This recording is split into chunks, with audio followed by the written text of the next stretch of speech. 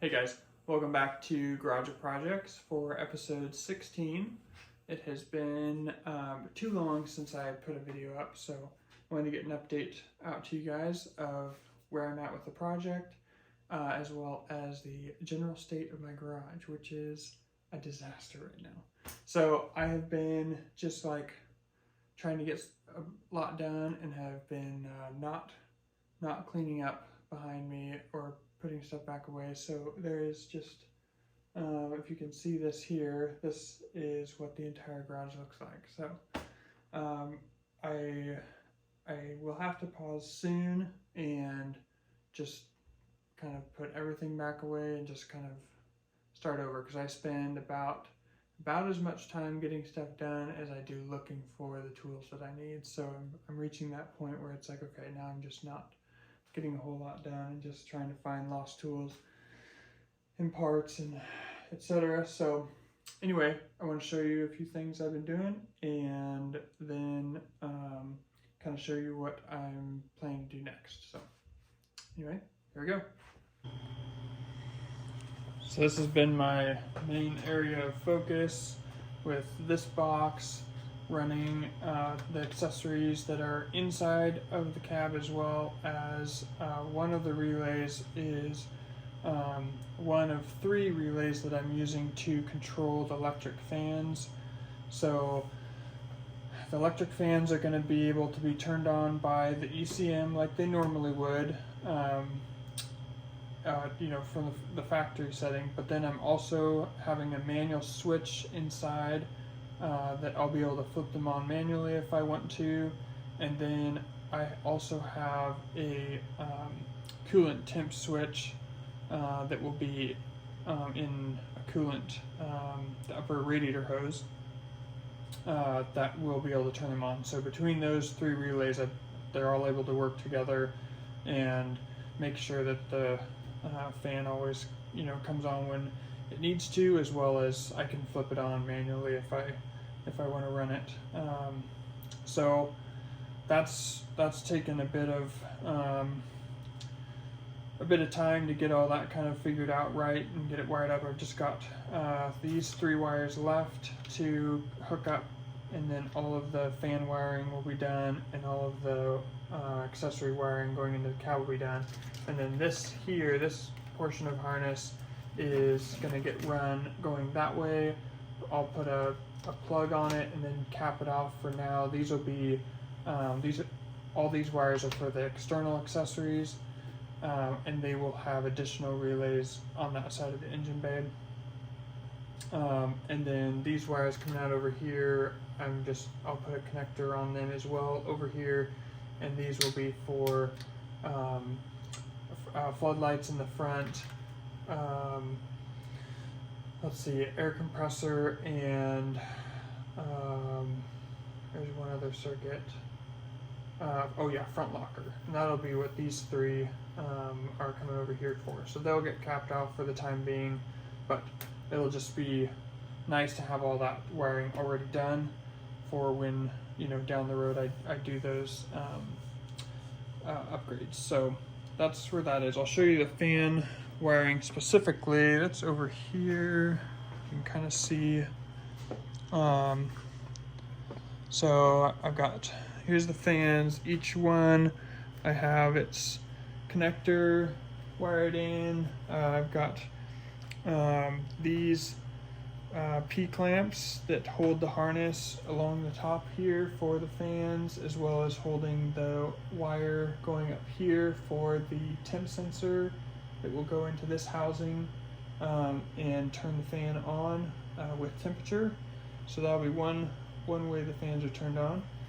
And so that's how that's all kind of secured and wired up, and looks pretty nice. I'm happy with that. I did get the radiator hoses on, so we got the lower one. There you can see the lower down there, and then on this side we have the upper with the temp sensor housing, heater hoses, got them done, got the AC lines here replaced, the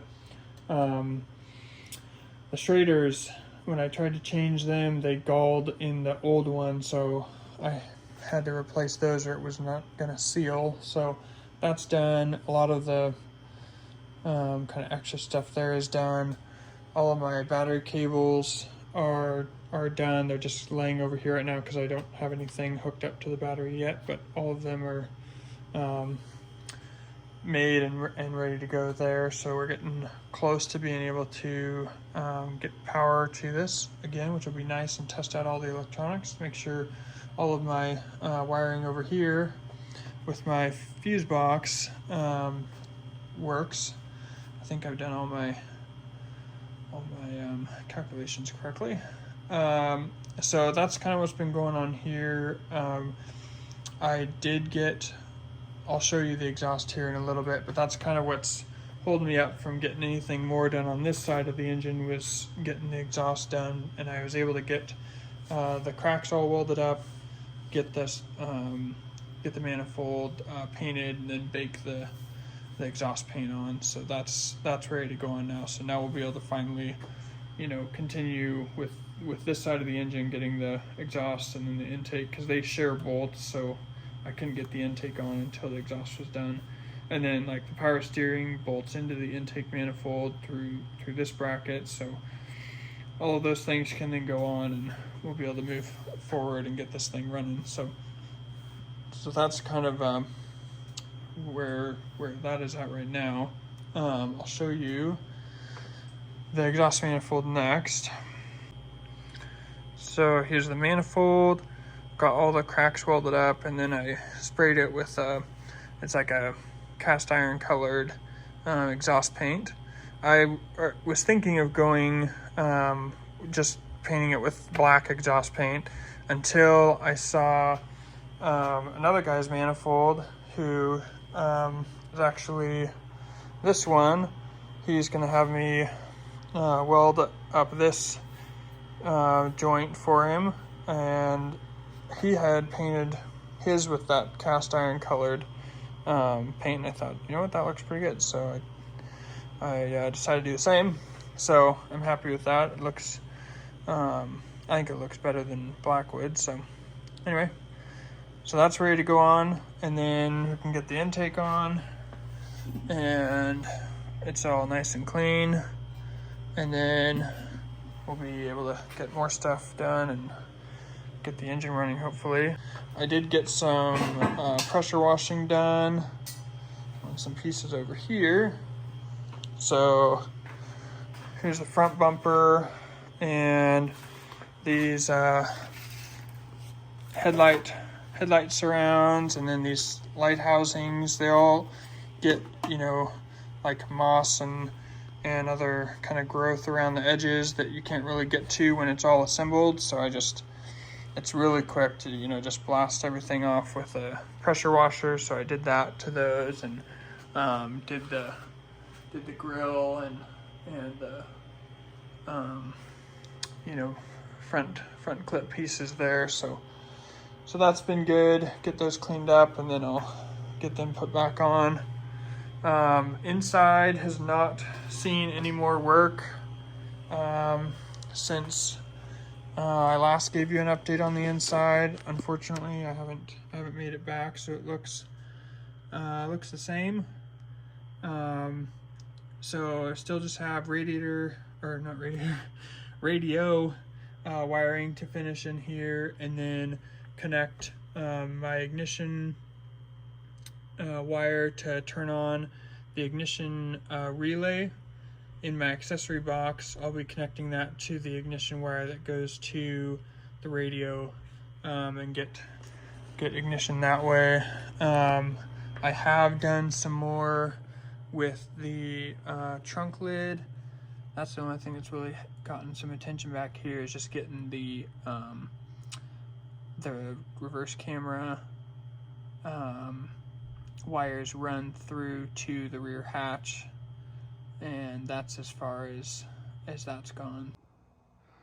So I'll show you back here at the trunk what I was talking about. So here's the kind of my grommet modification this is some of this insulation here. This is like electrician rubber coated insulation. It has like I think it's like, here we go, fiberglass kind of webbing inside, I believe, some sort of thing like that, or some sort of strands inside, and then it's got this rubberized outer coating.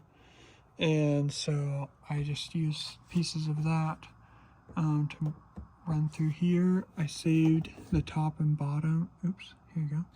Here's the top and bottom of the original grommet, and then just pushed this insulation through it, and then it's a really tight fit. So this rubber it's pretty like pliable, so it seals really nicely here. And then on the outside of the lower grommets, then I just squirt. Oops, sorry, I keep moving the camera out of view.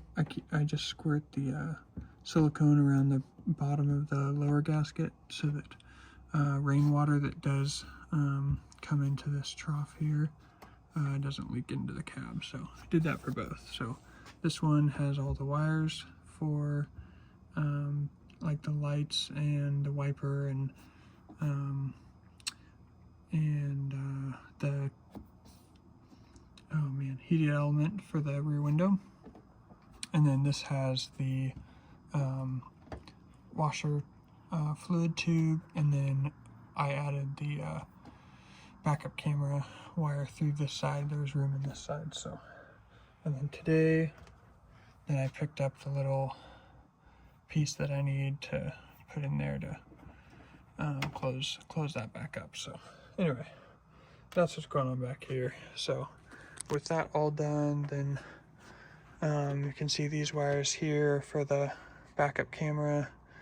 And so now that that's all run, then I can close up this area, finish closing up this, because these pieces here can now go on, and then get the hatch put back together with its plastic piece, and get all this stuff kind of cleaned out of the back of the Jeep. So that's where I'm at with that.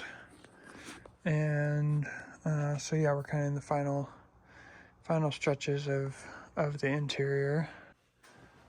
Hey guys, thanks for watching this latest episode, and I hope that you found something helpful in this video, and I hope you will continue to follow along as I get this project finished up, and stay with me as I move on to other projects that will be coming after this one. So anyway, click the like button if you enjoyed this video, and tell your friends about my channel, or share my channel if you'd like. And yeah, I'll keep you guys updated on what I'm doing. And anyway, I hope you enjoy. We'll see you next time.